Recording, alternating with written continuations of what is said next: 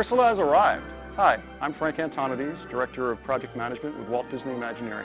We're here in the Little Mermaid attraction where it's a very exciting day for us. The Ursula figure has arrived and has been situated in her lair here in the attraction. While we have a lot of work to do in order to get her ready to show our guests, we want to share a little bit of the magic with you back at our production facility in North Hollywood.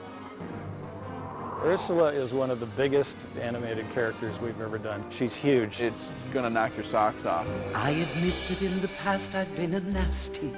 They weren't kidding when they called me, well, a witch. My name is Larry Nicolai. I'm the show designer and the creative director for the Little Mermaid attraction. We're at our animation facility and we are going through our preliminary programming where we finally see her moving and acting like Ursula.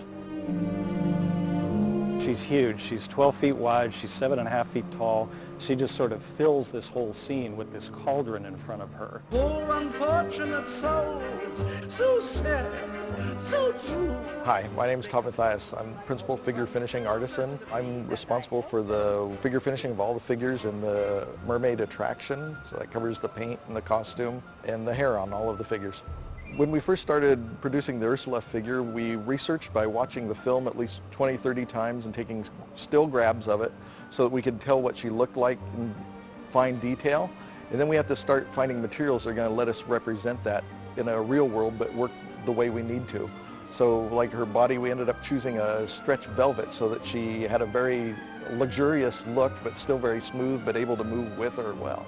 The rest of her skin is actually flexible rubber that allows her to make facial expressions and move her arms and face and everything else. The winds of the Caspian Sea. My name is Ethan Reed. I'm a senior show animator at Walt Disney Imagineering on the Little Mermaid attraction. This character is going to be one of the most amazing audioanimatronics I've ever animated.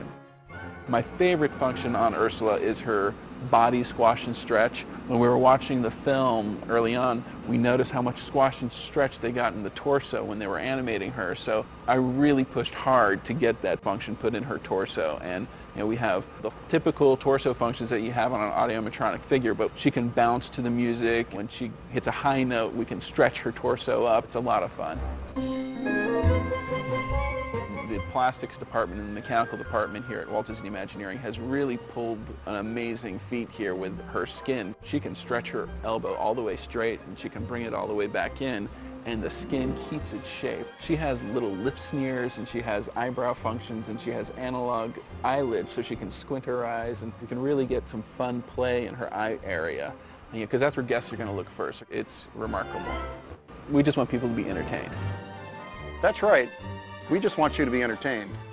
And Ursula is pretty amazing, but you're going to have to come see her for yourself when the Little Mermaid Ariel's Undersea Adventure opens on June 3rd.